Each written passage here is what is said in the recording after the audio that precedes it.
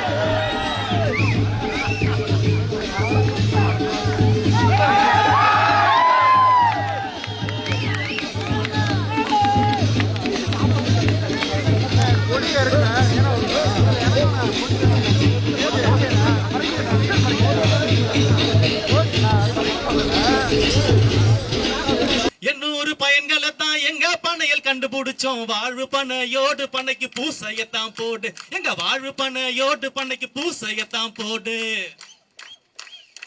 நாடாண்ட ராசா யாரும் எங்க கல்ல தடுக்கவில்லை. நாடாண்ட ராசா யாரும் எங்க கல்ல தடுக்கவில்லை. யாராண்டு பயனும் இல்ல எங்க வாழ்க்கை சுகமும் இல்ல. ஊராக திரிஞ்சோம் அட எங்க பனைய மறந்தோம். நாங்க ஊராக திரிஞ்சோம் அட எங்க கல்ல மறந்தோம். ரப்பகல பாடுபட்டு குடும்பத்தோட உழைக்கிறோமே.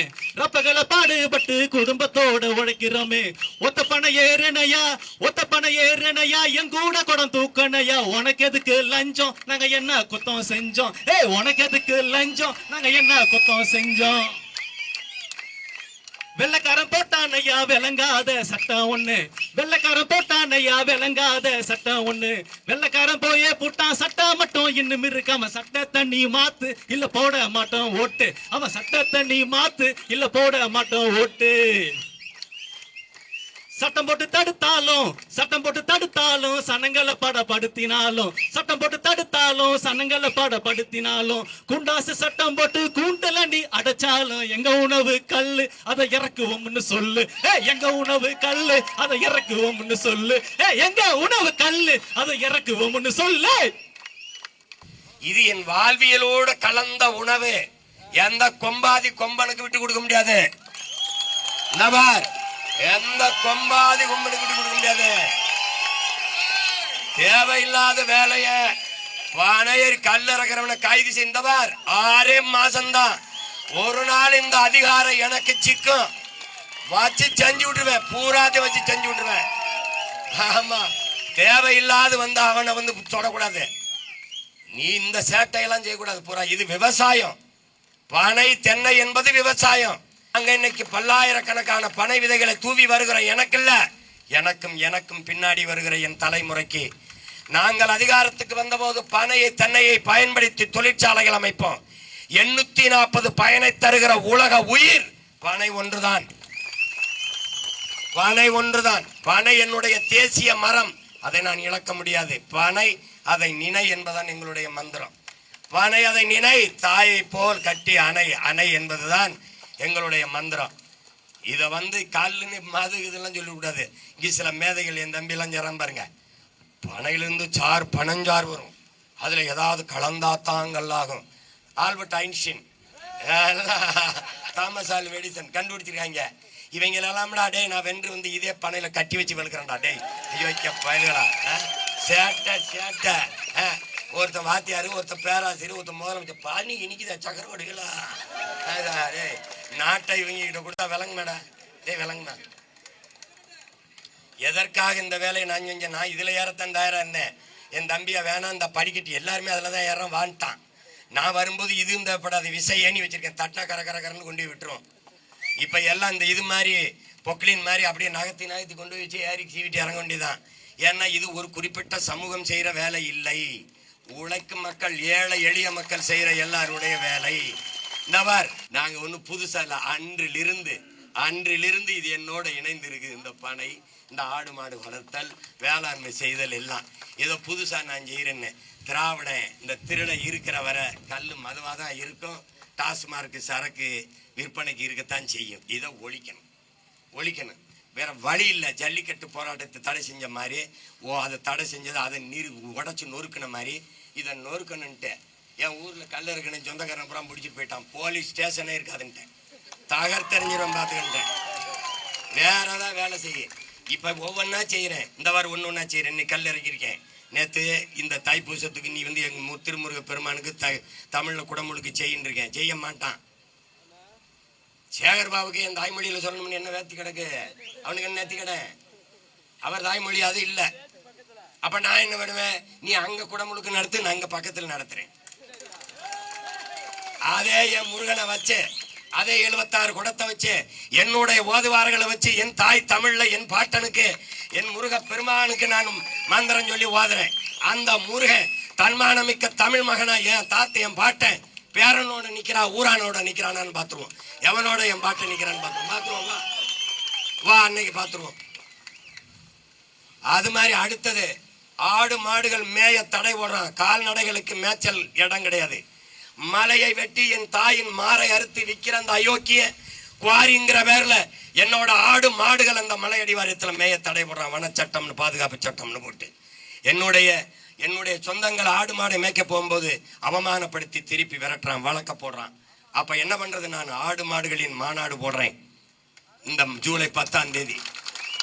ஆடு மாடுகளின் மனச்சான்று உரையை உங்கள் மகன் பேசுறேன். அதுல அவன் சரியா வரல, நானே 2000-3000 ஆடு மாடுகளை திரட்டிக்கிட்டு வாங்கருவாளோட, இப்ப பாலையருவாளோட, அப்புறம் வாங்கருவாளோட மேய்க்க போவேன். எவன் குறுக்க வருவான்னு பார்ப்போம். ஏய், எத்தனை விதமான சிலம்பு இருக்கோ அத்தனை விதமான சிலம்பையும் கத்த வேணாம். குறுக்க வேணாலும் வந்தா குறுக்கு ஒடிஞ்சு போயிடும், பார்த்து பண்ணிக்கணும். அங்க ஆடு மாடுகளை மேய்க்கிறேன். அதுக்கப்புறம் என்ன பண்றேன்? ஒவ்வொன்னா செய்யறேன்.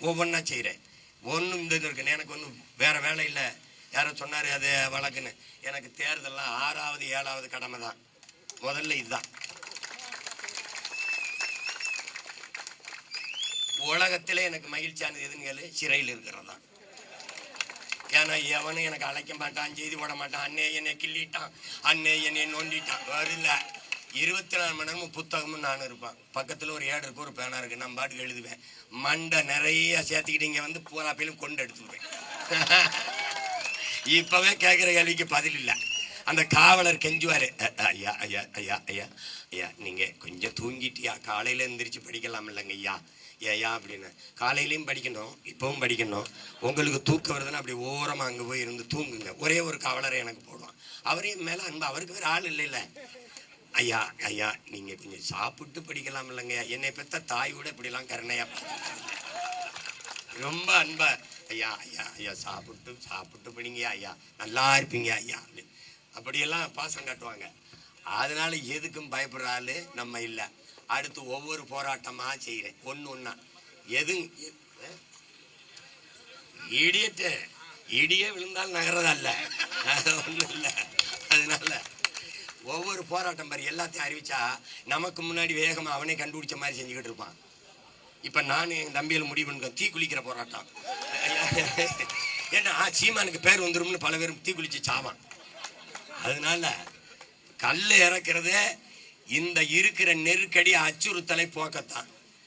இந்த கல் இறக்குற என் தம்பி பாண்டியன் விக்டர் மாதிரி பிள்ளைகளுக்கு நான் சொல்றது, உங்க உடன் பிறந்த ஒரு அண்ணன், அவன் கூட பல லட்சக்கணக்கான தங்கைகள் தம்பிகள் பெரும்பட இருக்கிறவங்கிறத நீ கவனத்தில் வச்சுக்கணும்.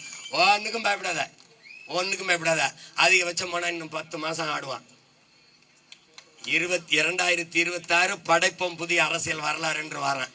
அதே விவசாயி எனக்கு என்ன மட்டும் இல்ல, சின்னமா தான். நீ என்னை தேட வேண்டியதில்லை, சின்னத்திலே நான் தான் இருக்கேன். அவனுக்கு தெரியல சீமா மூஞ்சின்னு கொடுத்துட்டான். சீமானதான் வரைஞ்சு கொடுத்துருக்கான்னு தெரியாதுல்ல தேர்தல் ஆணையத்தில் இருக்கவனுக்கு. அவனுக்கு இப்ப ஐயா அவர் தானே அது, ஐயா என்னது இது இப்படியாது. சீமான் சின்னம் இல்ல, சீமானே தான் சின்னம்.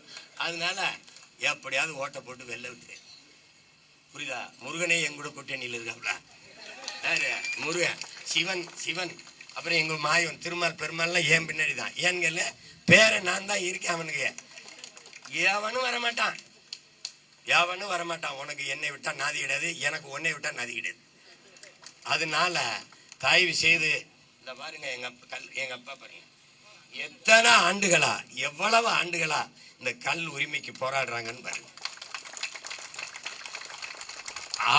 அவர் கண்ணுக்கு முன்னாடி பிள்ளைகள் நாங்க வென்று வந்து கால திறக்கிறான், அவர் கையால திறக்கிறான்.